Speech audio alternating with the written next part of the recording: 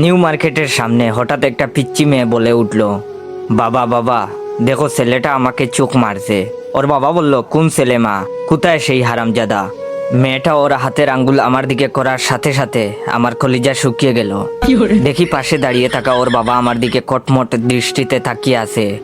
বেডি দেখলে মনে হয় ছোটখাটো একটা দানব। প্রেমিকার সাথে দেখা করব বলে মার্কেটে দাঁড়িয়ে আছি। ওই 4-5 বছরের পিচ্চি মেয়েটা আমাকে প্রথমেই চোখ মেরেছে। প্রথম কয়েকবার পিচ্চিটা মারার পর আমিও দুষ্টামি করে একটা চোখ মেরেছি। দেখে সাথে সাথে ওর আব্বুর কাছে বিচার দিয়েছে। মেয়েটার বাবাকে আমার দিকে এগিয়ে আসতে দেখে দিলাম একটা দৌড়। দেখি আমার পিছু পিছু মেয়েটার বাবাও ছুটে আসছে। এটা দেখার পর আরো জুড়ে দৌড় দিলাম, কিন্তু যতই দৌড়াতে যাই ততই প্যান্ট নিচের দিকে নেমে যায়। 2 হাত দিয়ে কোমরের 2 পাশের প্যান্ট ধরে আছি আর মার্কেটের মধ্য দিয়ে দৌড়াচ্ছি। মনে মনে নিজের বাপের উপর রেগে গেলাম। প্রত্যেকবার প্যান্ট কিনে দেওয়ার সময় এমন ঢিলে ডালা প্যান্ট কিনে দেয়, যার জন্য আমার এই দশা এখন। দৌড়াতে গিয়ে যদি প্যান্ট খুলে যায় তাহলে ইজ্জতের ফালুদা হয়ে যাবে। হঠাৎ বাসার লুঙ্গিটাকে খুব মিস করতে লাগলাম। লুঙ্গি পরে দৌড়ানোর মজাই আলাদা, বাতাসের প্রবাহ খুব কাজে দেয়। হঠাৎ সামনে প্রেমিকাকে দেখে কলিজা আরো শুকিয়ে গেল।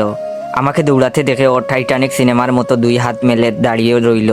আমার প্রেমিকা অভিনয় শিখবে বলে কয়েকদিন আগে একটা কোচিংয়ে ভর্তি হয়েছে।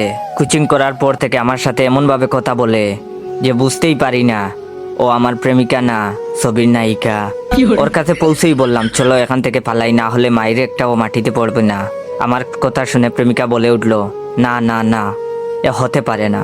তোমার সাথে প্রেম করব বলে আমি 7 সমুদ্র 13 নদী পার হয়ে তোমার কাছে ছুটে এসেছি, আর তুমি কিনা আমাকে বলছো এখন থেকে পালিয়ে যাব।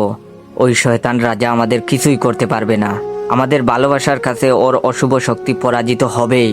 আমি তোমার সাথে এই বিশাল রাজ্যে সারা জীবন কাটিয়ে দিতে চাই, প্রিয় জায়েদ খান, টুকু জয় খান। প্রেমিকার অভিনয় দেখে আমার বুঝতে আর বাকি রইল না। পৃথিবী উল্টে গেলেও মাইরের আজমিস নাই। এর মধ্যে দেখি মেয়েটার বাবা প্রায় কাছে চলে এসেছে।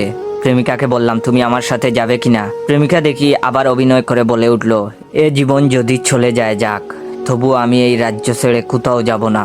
আমি বললাম, থাকো তুমি তোমার রাজ্য নিয়ে, আমি পালালাম। নিজে বাঁচলে বাপের নাম। যেই দৌড় দিতে যাব ঠিক তখনই প্রেমিকা আমার শার্ট টেনে ধরে বলল, যেতে চাইলে যেতে দিব না, না না না, যেতে দিব না। তোমায় হৃদমাজারে রাখিব, ছেড়ে দিব না। প্রেমিকাকে বললাম, আল্লাহর দোহাই লাগে আমাকে ছেড়ে দেও।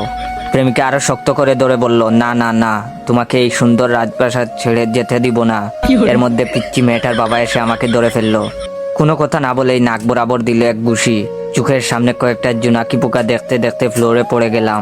না, জ্ঞান হারাইনি তখনও, কিন্তু প্রেমিকা যখন লোকটাকে বলল, শয়তান ছেড়ে দে আমার জয়কে, তুই আমার দেহ পাবি কিন্তু মন পাবি না। বিশ্বাস করেন ভাই, এই কথা শোনার পর আমি জ্ঞান হারালাম। গল্পটা শোনার আগে অবশ্যই মুখে টাওয়াল ওড়না বা কিছু একটা দিয়ে মুখটা সাবধানে রাখবেন। মায়ের হাতে খেলানি খেলে আমি দায়ী না। বল্টু হ উচ্চারণ করতে পারে না, হকে গো বলে ফেলে। ক্লাসে নতুন ম্যাডাম এসেছে, এবার পরিচয় পর্ব শুরু হলো। ম্যাডাম বলল, হাই ছাত্রছাত্রীরা, আমি পাখি, এবার তোমাদের পরিচয় দাও দেখি। হাই আমি মন্টু, হাই আমি সেন্টু, এভাবে যে যার মতো পরিচয় দিল। এবার বল্টুর পালা। বল্টু বলল, গাই আমি বল্টু। ম্যাডাম বললেন, কি বললে হারামি? বল্টু বলল, গাই বললাম, আপনি আমাকে গাই বলেছেন, আমিও আপনাকে গাই বললাম।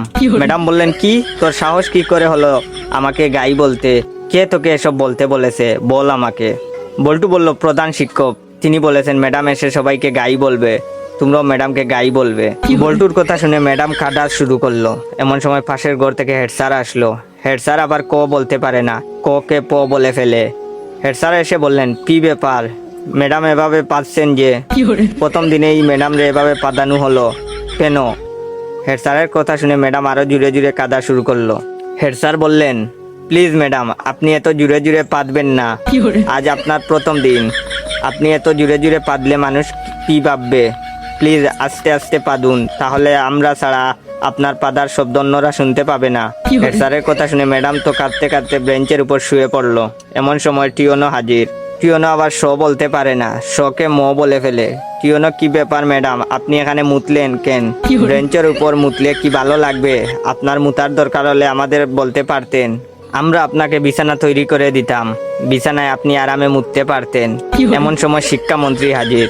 শিক্ষামন্ত্রী আবার উপরের সবগুলো সমস্যা বিদ্যমান। শিক্ষামন্ত্রীকে যে যার মতো ঘটনা খুলে বলল। বল্টু বলল, আমি ম্যাডামকে গাই বলেছি। হেড স্যার বললেন, আমি ম্যাডামরে আসতে পারতে বলেছি। চিওনো বলল, ওদের কথার জন্য ম্যাডাম বেঞ্চের উপরে মুততেছিল, তাই আমি ম্যাডামকে বিছানায় মুততে বলেছি। তখন শিক্ষামন্ত্রী বললেন, ও বুঝেছি, গাইটা পাততে পাততে বেঞ্চের উপরে মুতেছে। এটা শোনার পর ম্যাডাম তো বেহুশ।